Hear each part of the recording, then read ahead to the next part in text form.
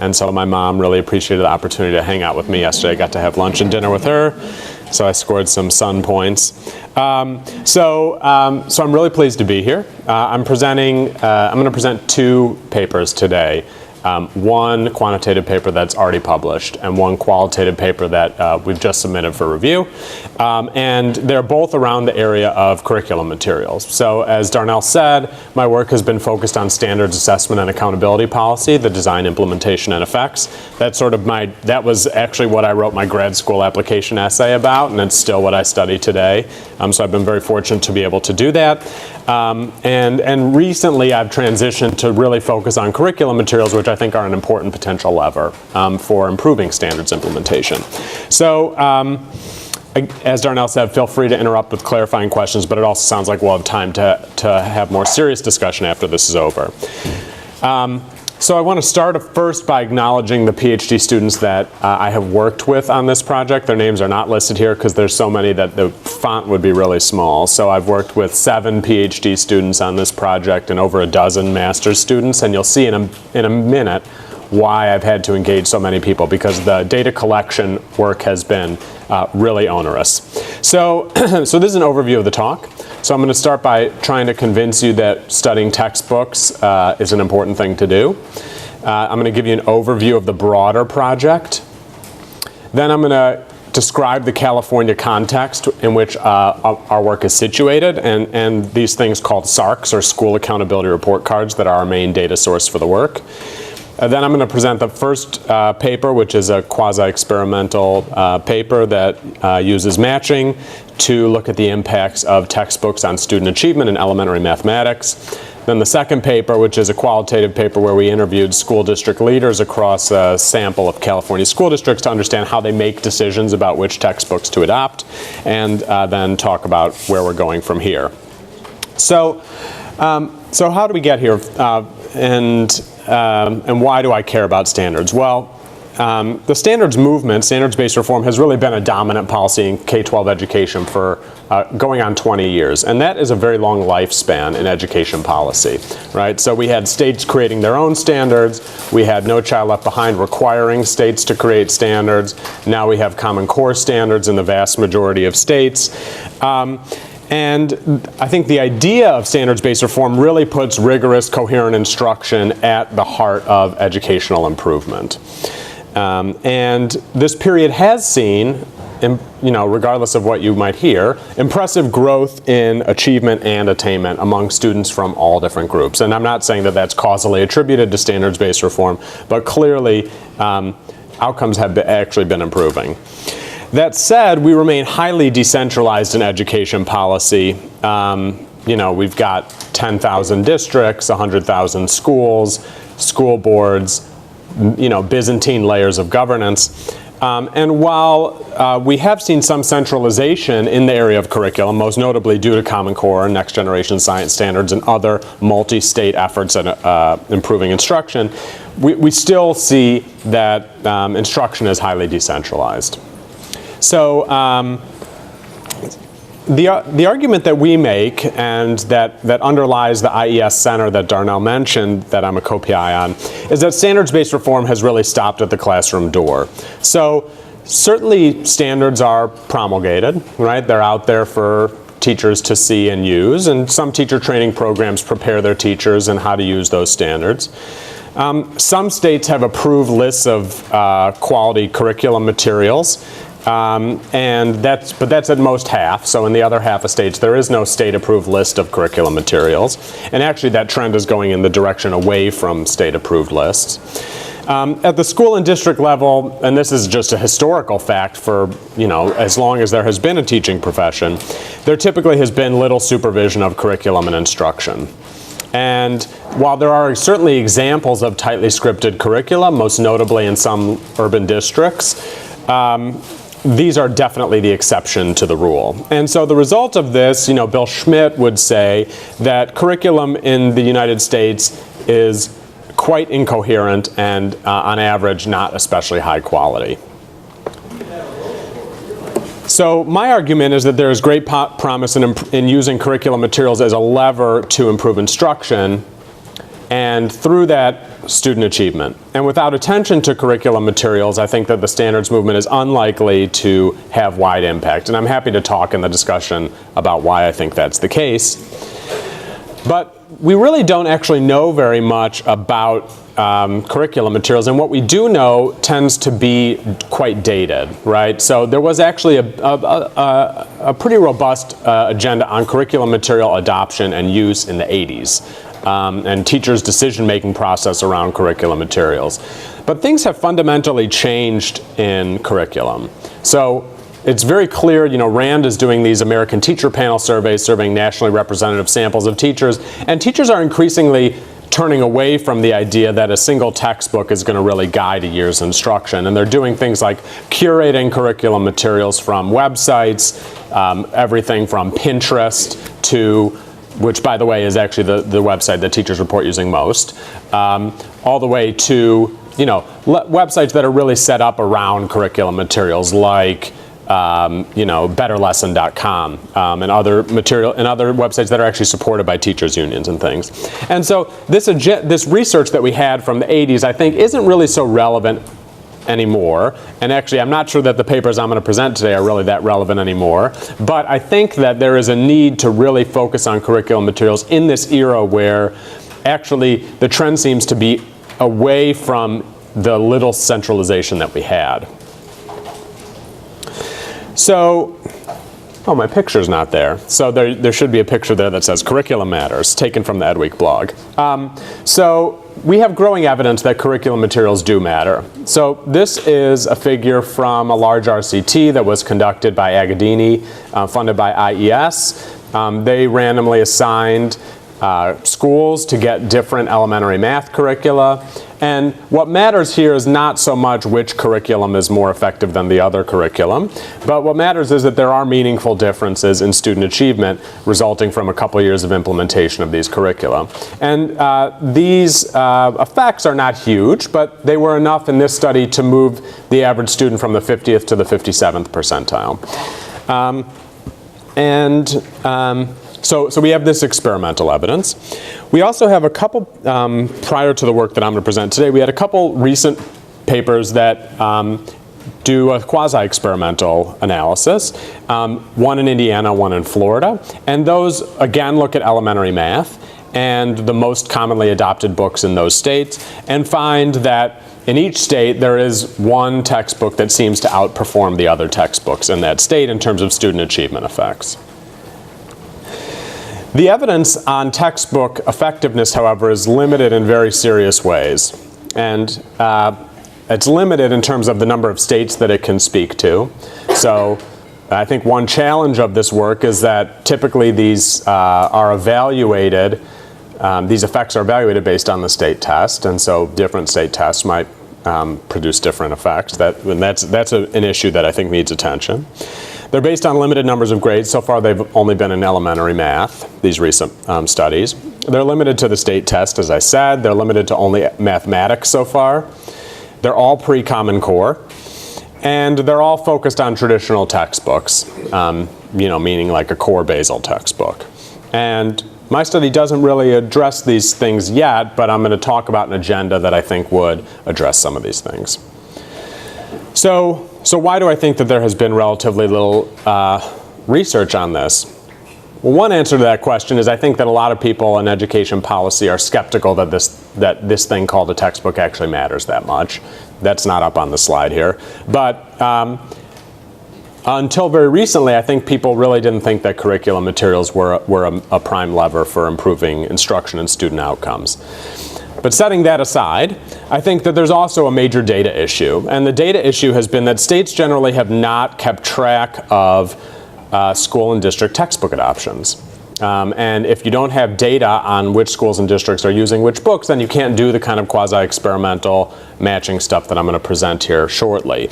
So there are some exceptions to that, and some of these are new. And actually, a few states under ESSA are planning to really focus on curriculum materials. And I think that I've had a number of conversations with state departments of education inspired by this work and others that they're going to start keeping track of which materials are used in which places. So there are some exceptions. California, Louisiana, New Mexico, and Texas are the four that I'm aware of. I believe Tennessee is now starting to track this data as well, and I've had conversations in Massachusetts. But the consequence is, if we don't have data on which textbooks are being used in which schools and districts, then we can't even really do these kind of analyses that I'm going to present in a second. We can't study patterns of adoption. We can't study anything about the equitable distribution of curriculum materials, which I think is a very important question, whether students have equitable access to high quality curriculum materials, nor can we study the impact on student outcomes. And I think it's also a policy and practice challenge. You know, I can't tell you how many conversations I've had in very small districts where they say, we don't really have the capacity to support I mean, they don't say this verbatim, but we don't really have the capacity to support teachers to implement these materials well. But if we could do something with neighboring districts or the county office of education, then we probably could.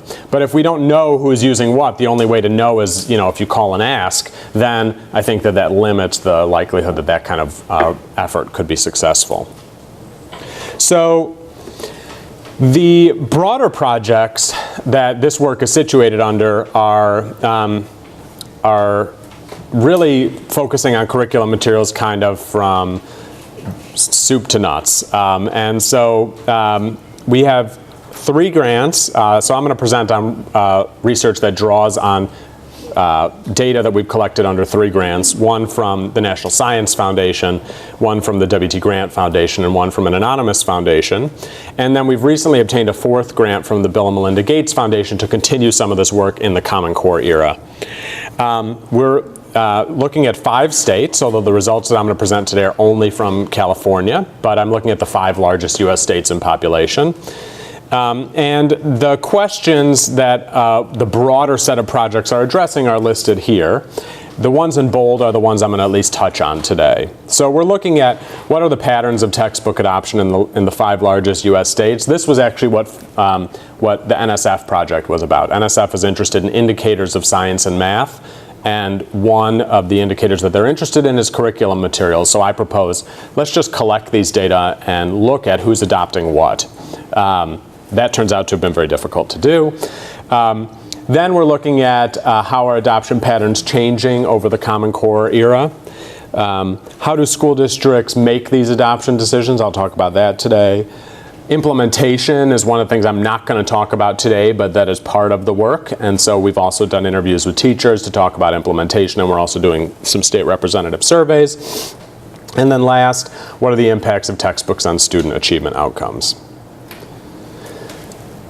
So the context for California is a court case called Williams versus California. And this was a court case that was brought on behalf of student plaintiffs in the San Francisco Unified School District who argued that they were being deprived of the minimum fundamentals necessary to receive a quality education.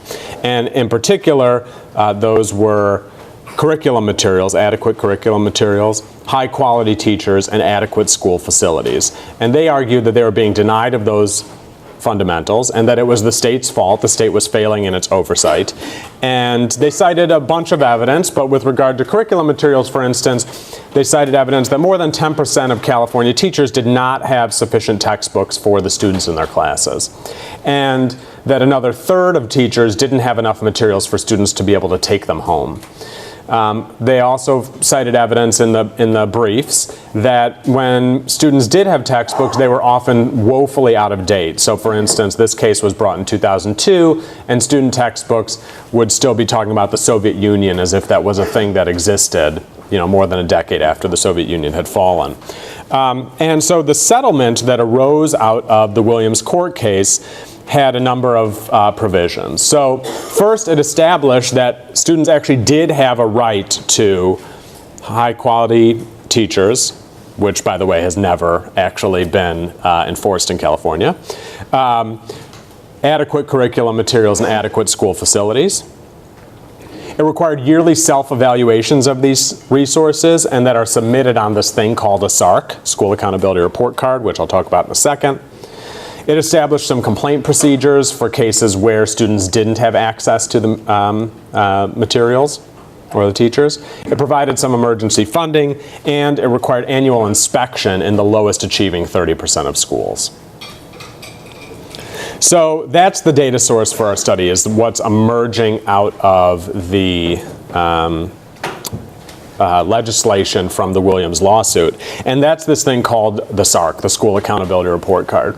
And the SARCs are available for the most recent 2 years, updated usually in the spring. They're available on a state website.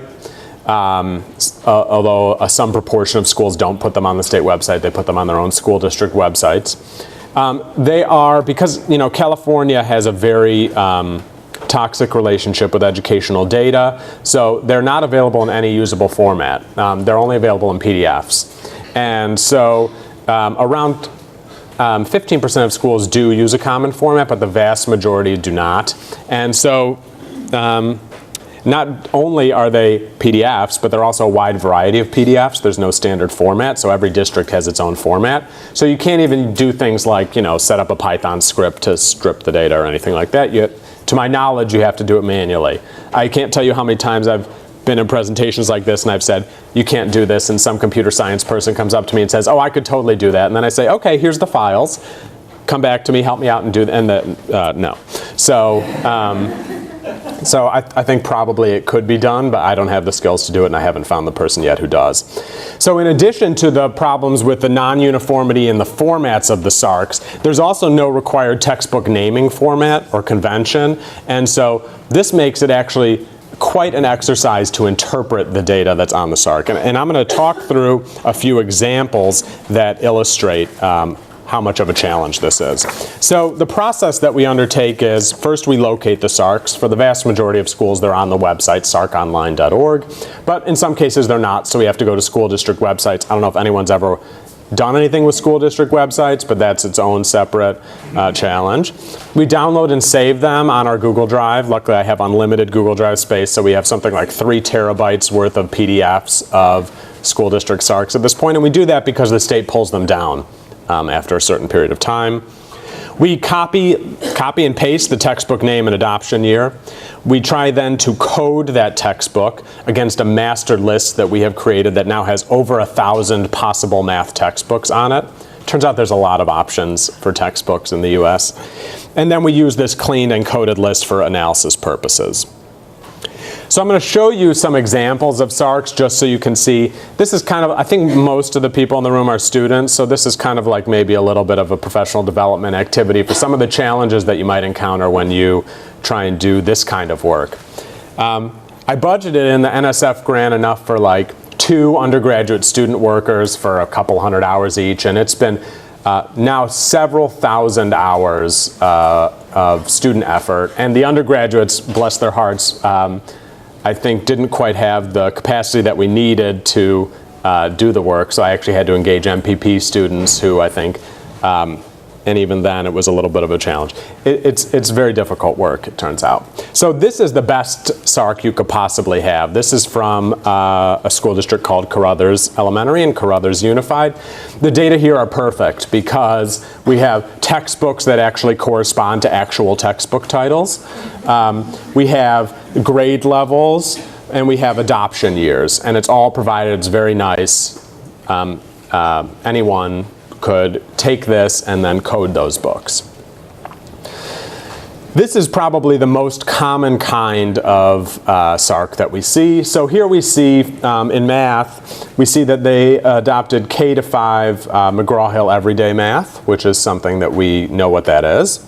And then they say that they adopted college preparatory mathematics. And so CPM, it turns out, is a sort of series title. It's not enough to know what actual book it is, because CPM puts out several middle school math series. And so how do we make sense of this? So it turns out that California, as I said, puts out a state-approved list. And the state-approved list does include 1 CPM book series. And so we make the assumption that if the school district listed a publisher and they put either the word yes from most recent adoption, or they put the most recent adoption years, which in this case would have been 2008, 2009, that we assume that that's the book series that they're talking about. And so far, we've checked this in our conversations with school district leaders, and we have not been wrong yet. So we feel pretty good about this. But it is a leap, and we didn't realize we were going to have to make that leap until we started getting into the data. Now, I should say, a parent would not know to make that leap. So this is the third example. This is from a district called San Ramon Valley. The problem here is that McDougall-Littell, which is the math book listed here, that's not enough to know, because actually California adopted 2 McDougall-Littell middle school math series. So we could call and ask, but we're limited on resources. There are 10,000 schools in the state of California, and so it becomes pretty challenging to do this at a sort of a systematic level. So it turns out that and so the result of that is we cannot code that book. We don't know exactly what book that is. It turns out that 14% of schools have at least one book that we can't code because of this kind of data issue. And this comprises 9% of all listed textbooks in the state. This is the next worst kind of data. So this is actually allowed by the law. So school districts do not have to list the title. They can just say, yes, it's adequate. And I'm actually surprised that more don't say that. But we see that in this case, we would have no way of knowing unless we contacted them. And so obviously we can't code that, and then we certainly can't code this, which is a blank screen, because about 7% of schools we can't find the SARCs. They don't seem to exist anywhere on school district websites or on the SARC website. And so I'm sorry, I was incorrect. About 7% of schools have either this problem or the previous problem, right? Either they don't list a title at all, or they don't list anything that we can find. All right, so that's about 7% of schools. And by the way, you might guess the average achievement levels of the schools that don't provide SARCs is quite a lot lower than the state average, like a half a standard deviation. So, and it's, by the way, yeah. Because it was up there, I was just curious. All of the SARCs that you showed had 0% on whether or not the children had their own assignments. Yes. Is that like across the I have never seen a SARC that doesn't have 0% in that column. Yeah. Right, yeah, very useful. Yeah. All right, so I described the process, I showed you the SARCs, and now what are we using the SARC data for? So this first paper is looking at the impact of textbook adoption, elementary math textbook adoptions on student achievement. And again, we're going back here to the 2007-8 adoption cycle. So this is pre-Common Core. And the data that we are using are the 2012-13 SARC textbook data, which were the data that were available online at the time that we got the grant. As you saw, most of the SARCs indicate either the word yes or the adoption year. And so we use that to identify when we think the school district started using that book. All right. I think in general those are probably going to be pretty accurate, but they're probably not going to be perfect. So there is a little bit of noise there that we can't really deal with, because if you went and called and asked someone, they would just tell you what was on the SARC, right? So there's no real way of knowing exactly when these school districts adopted these books. So we also use longitudinal school level achievement data from the California assessment system for all California elementary schools. And then we also include some covariates from the US Census, which we use in our matching estimators. So why do we look at these years and not Common Core books? Well, it was at the time that the grant was funded. California was actually a late transition to Common Core, both in terms of the assessment. So the assessment didn't roll out for real, meaning every district had data until 2015.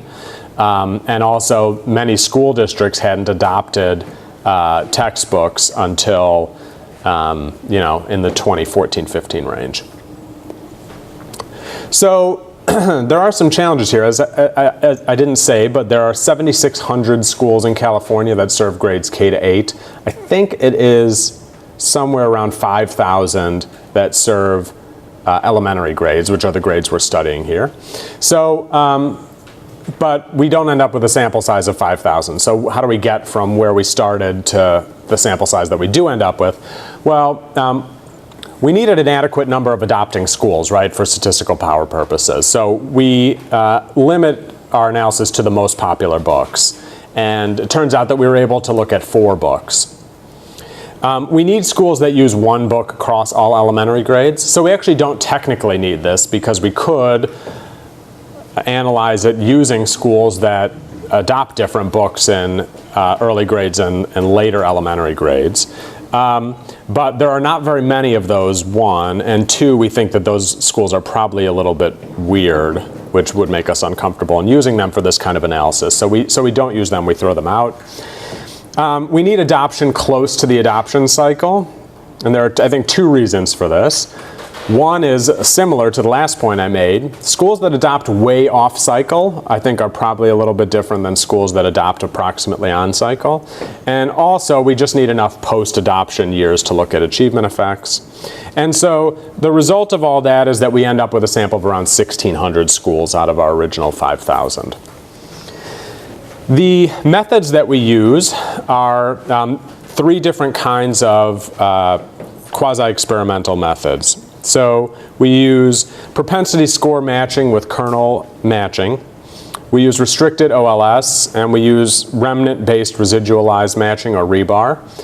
The intuition of this is actually quite straightforward. It is that you find schools that look alike in terms of pre-adoption demographics and student achievement trends, and that then make different kinds of adoption decisions.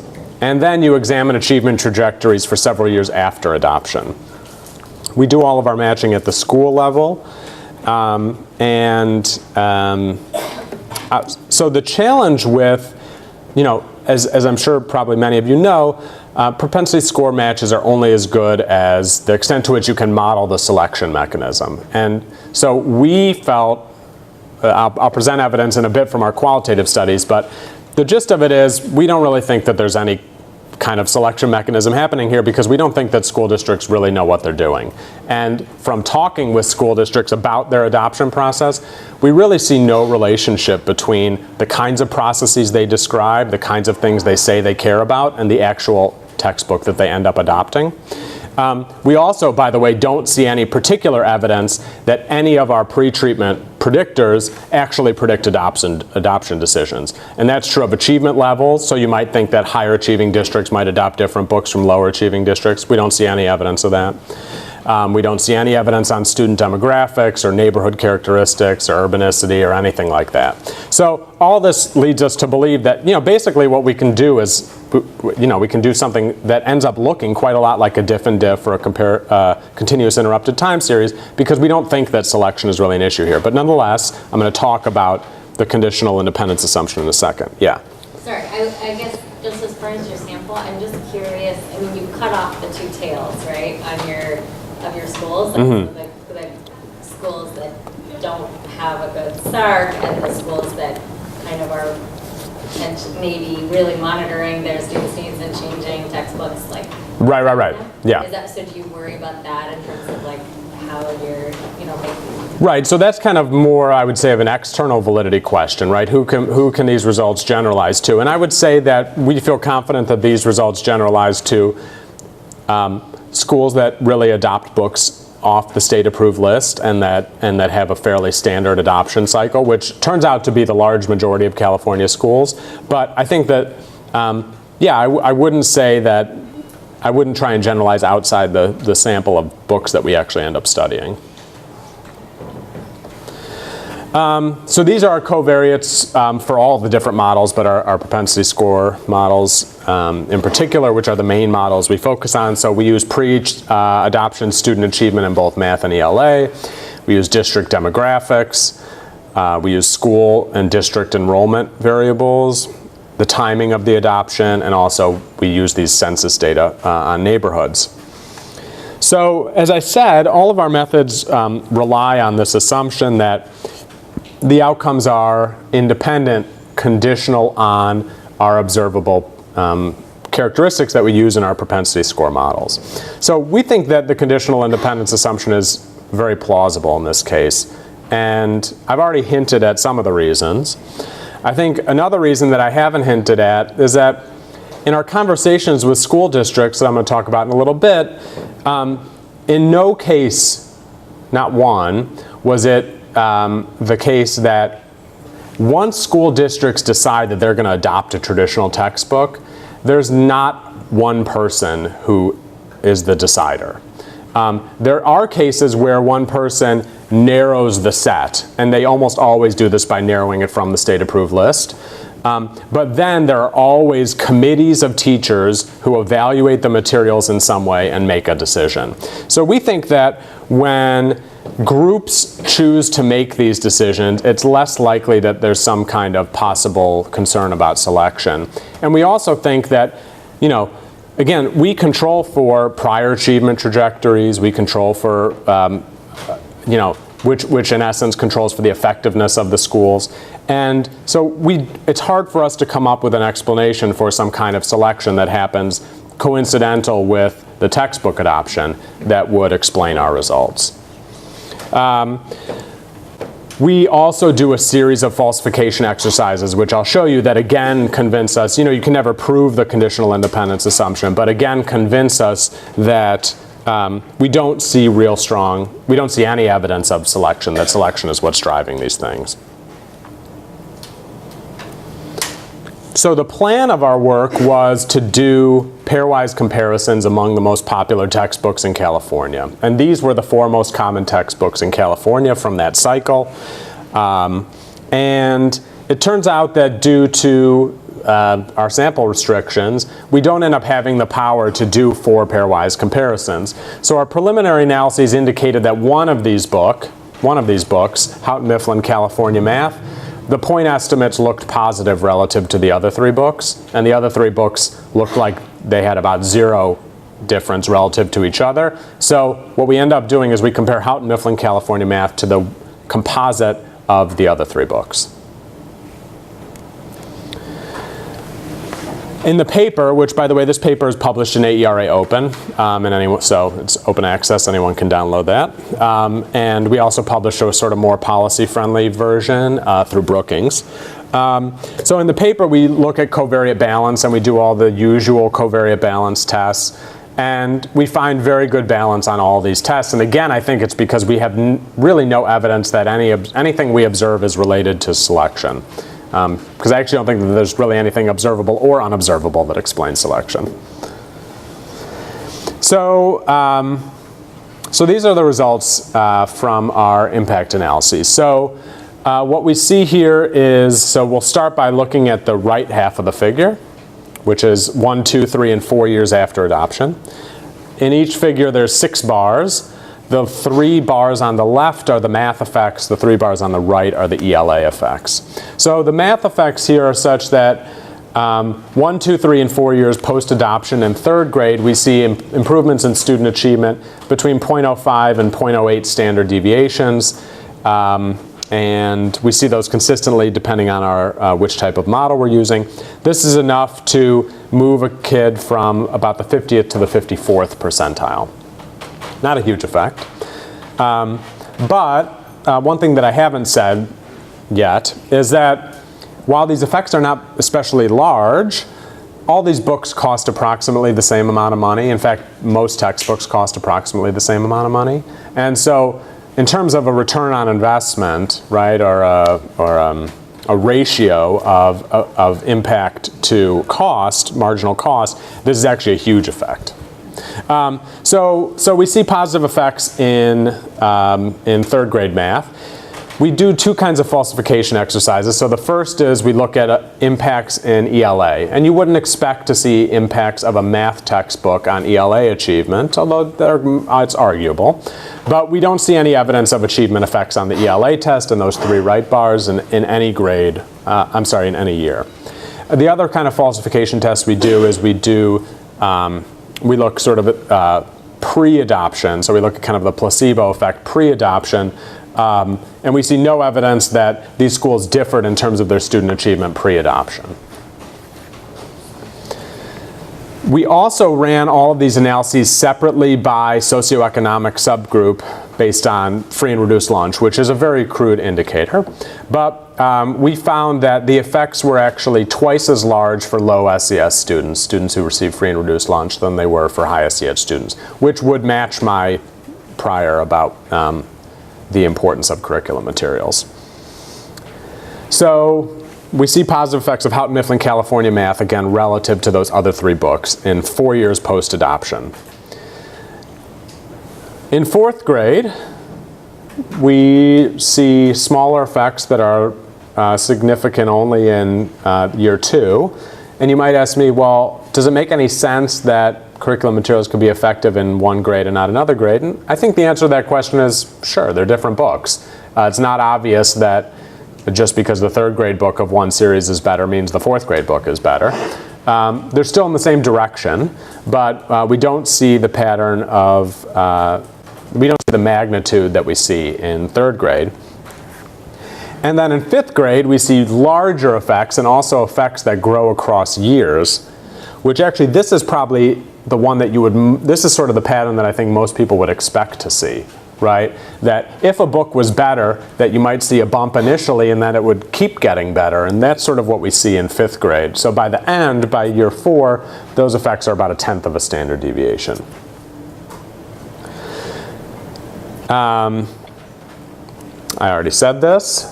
We do see positive effects for both subgroups, but that are larger for low SES students. So what is our contribution in this paper? Well, our contribution is, I think, actually 2 main things.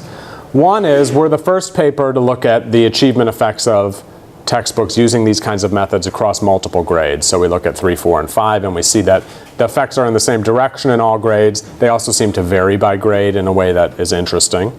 And 2, we also look at the longest post-adoption trajectory relative to any of the previous papers, which only looked at a couple of years. So here we're looking at 4 years.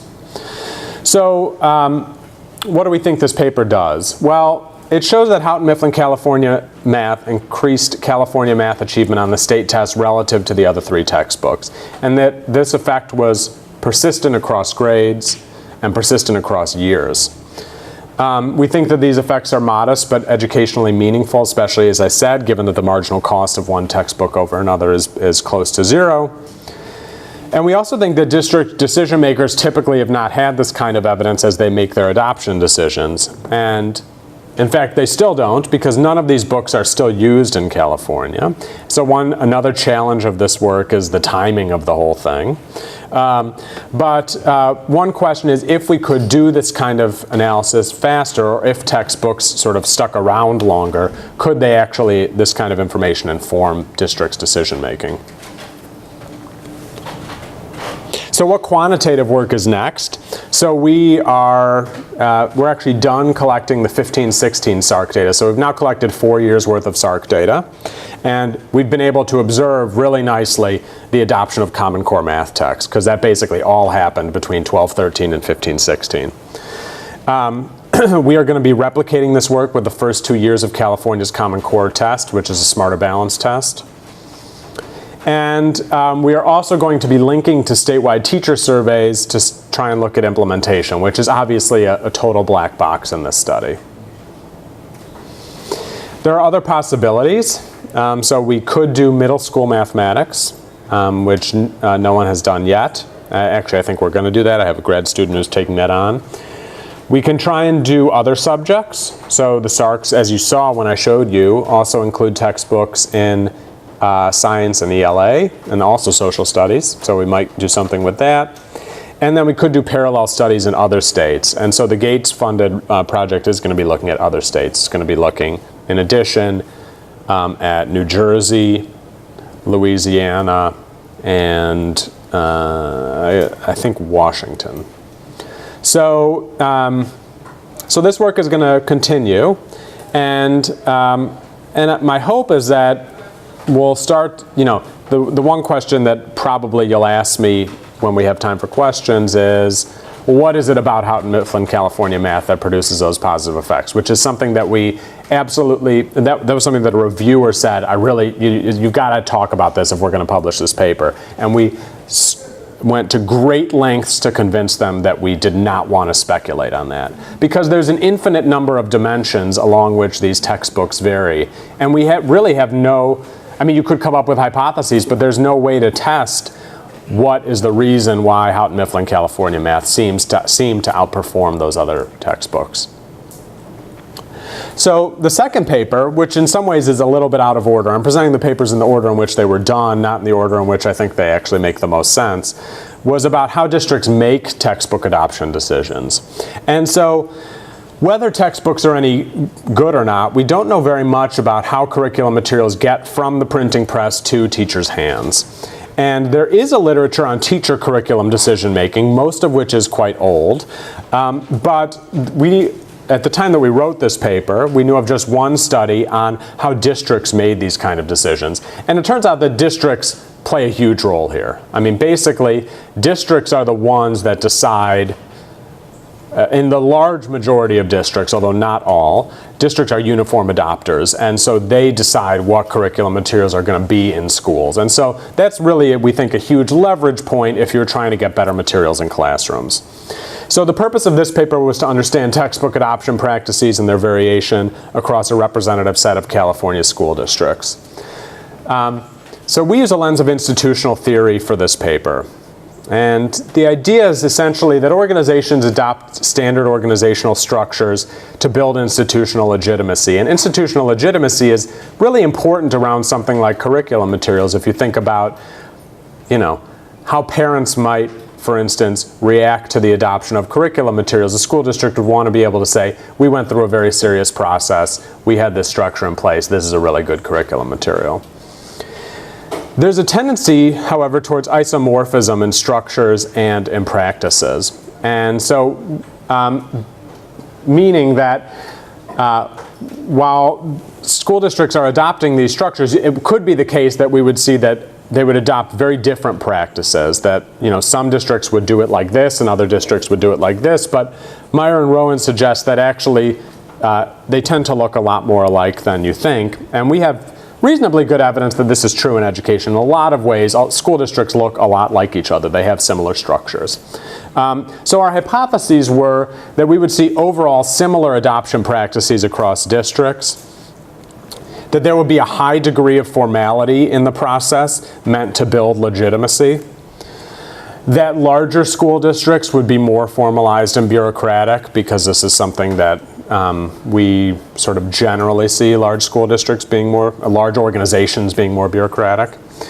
And we would also expect that accountability pressure leads to earlier and more urgent adoption decisions.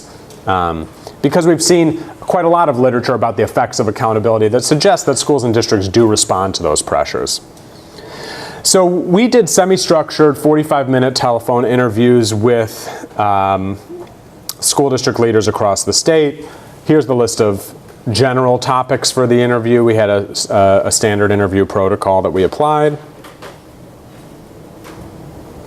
The main thing that I'm going to focus on is really the first issue, how districts evaluate the quality of materials, and what the process really was like. That was what we focused on. We asked them to describe in great detail all the different steps that led from the decision, okay, now we're going to adopt a new curriculum, to the decision, and this is the curriculum we're going to adopt.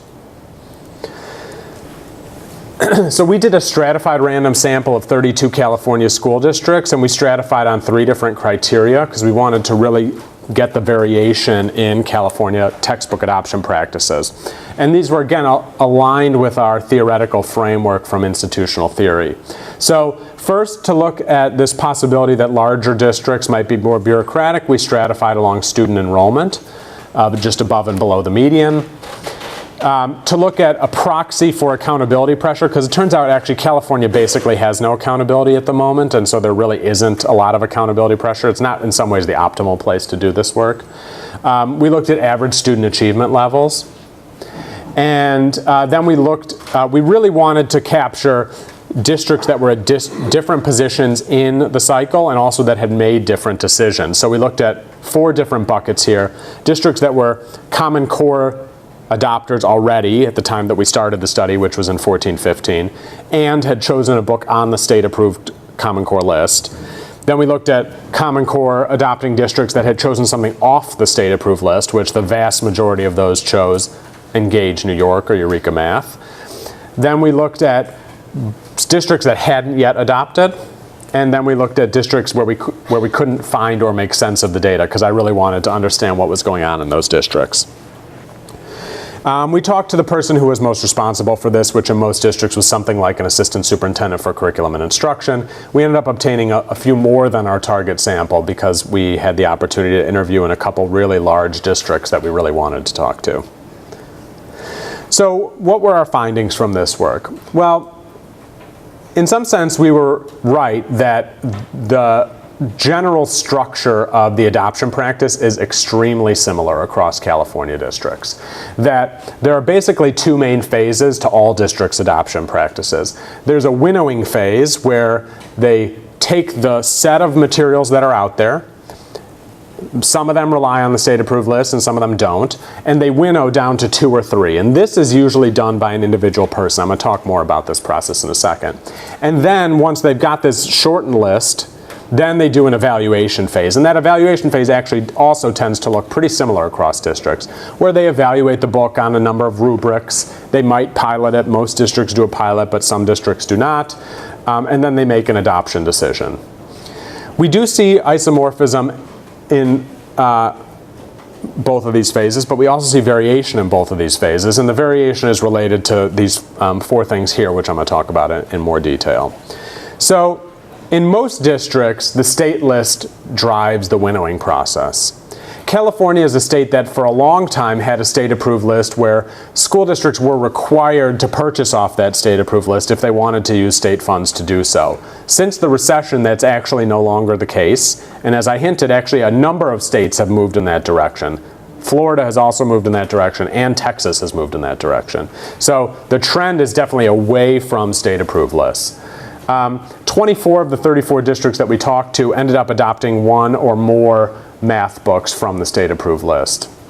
The winnowing decision is almost always made using some criteria that they can actually tell you what that criteria was. And by far the most common of those criteria are ELLs. If a district has a lot of ELLs, they want to adopt materials that they feel work for ELLs and has support for teachers to teach to those students. Something about technology, and it can go on either side. So either the district is a heavy technology district and wants to go to something like a one-to-one Chromebook, or they're really not a heavy technology district. They don't have the digital infrastructure, and they really, therefore, cannot adopt certain series. And then the last thing, which is the thing that I think sort of anecdotally you hear, is that publisher presentations actually can matter quite a lot. And so the publisher came in and made a presentation, and that presentation really resonated with teachers for XYZ reasons. So this cut was almost always made by district leaders with at most a very small committee of teachers. The state list turns out to be one of the things that really emerged as important in our work. And we saw that districts really varied in whether they trusted the state list. So these are 2 quotes that illustrate very different views of the state list. The first one says, really a positive view of the state list, right? The state list takes into account the articulation. That's the whole purpose of the state review, is to look at whether there's enough content in the standards. So this is a district where they really trusted the state list. And I think it's actually just that the assistant superintendents really trusted the state list, and therefore didn't consider any off-list books. And the second example is that there's a number of districts where they really say they don't trust the state-approved list. They think that the state list is a very low bar. And so they say at the state level it was all about the standard being there. It was more like a checklist. And so in some of these districts they really do not trust the process, and therefore they do not rely on the state list in that winnowing decision. Another thing that seemed to vary across districts was the timing of adoption. And in some ways, this seemed to be primarily about the district leaders' views of how urgently the teachers needed materials. So in some districts, they have a quote like this first one that basically says, we had training in Common Core, but teachers desperately needed materials, and so we had to make a decision now. And in other districts, we saw that they were often very intentional in waiting. And they waited because they thought that they could learn from what other districts were doing. And so they said, we have the ability to let a district adopt and then talk to teachers in those districts and call them up on the phone and say, what do you think? As I suggested, these 2 district characteristics really do seem to matter. And I already said this, so I'm not going to say this again. These seem to be the main district characteristics that we could observe that tended to drive the decision. So that's really the winnowing phase. It has to do with basically when they wanted to time the adoption, and if they timed it before the state-approved list came out, which the state-approved list came out in 2014, so some districts felt that they needed to make an adoption before that. So that was one factor. The other factor, as I said, was those ELL and students with disability, ELL and technology issues. And then the third factor was this view of the state list. So that's what really seemed to drive the winnowing decision. But then there is the evaluation. And so what we see is that in all districts, the evaluation process looks approximately the same, which is there's some evaluation criteria that often uses a rubric. That rubric often is the state rubric. The state puts out a rubric, a toolkit. There is a committee of teachers. That's true in every single district, that there's a committee of teachers, and the district leaders say the teachers are the decision makers. I'm sure that the district leaders probably influence it, but that's what they say. In all districts, parents are given an opportunity to weigh in. So usually that means like they put the books out at the library or they present them in front of the school board. And in every district that we talk to, the parents' role was seen as at most pro forma. I will say that there were a couple of districts, more affluent districts, where they did say that there were some noisy parents, but that didn't change the decision. And then in California, it's required that the school board votes on this, and all districts said that the school board vote was totally pro forma, that the school district just took what the committee recommended. We do see that the variations in the evaluation criteria fall really along one dimension, which is district size. So in terms of district size, we see a few different differences. So in large districts, there is a dedicated curriculum leader, like an assistant superintendent for instruction, or maybe even a math curriculum person. And in small districts, it's often a person like a combination fourth grade teacher / principal / superintendent. California has a lot of really small districts, which a lot of people don't realize. The size of the committee and the number of different committees. So larger districts might have multiple committees where it would have to go through multiple rounds. Small districts would always have at most one committee. And in small districts, oftentimes every teacher will be on the committee. Whereas in large districts, obviously, it's not going to be every teacher in LAUSD on the committee. There's this intermediary organization in California called the County Office of Education, which sits between the State Department of Education and school districts. And this County Office of Education plays very different roles in small versus large districts. In small districts, it really is actually facilitating collaboration among districts, whereas in large districts, it's just providing information for them to make their own decision. And then specific criteria. And the biggest difference we saw was whether or not the district actually did its own alignment investigation, although we don't think that actually any districts can do this very well.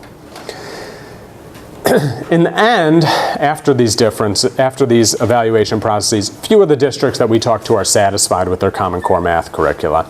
And this quote really illustrates the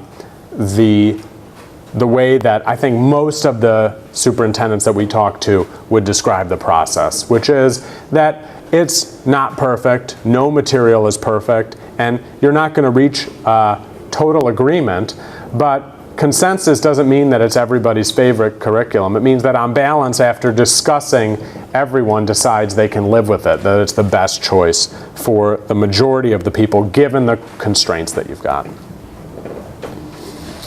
So we think that there are some policy implications of this work. First, we see that the state list does seem to matter. The large majority of districts, even though they're not required to, still rely on the state list. But the timing of the list matters, and perceptions of the quality of the process. So beefing up the quality of the process, which might mean involving more teachers, or might mean building legitimacy in some other way, I think could be important. And timing really matters. In a number of districts, they did not want to, almost more than half of districts did not want to wait until 2014 to make this decision in California. Teachers are always the majority deciders, but and this is probably true on any issue, but district leaders really don't feel that teachers necessarily have the skill set to do these kind of evaluations really well, so they often talked about teachers needing additional training.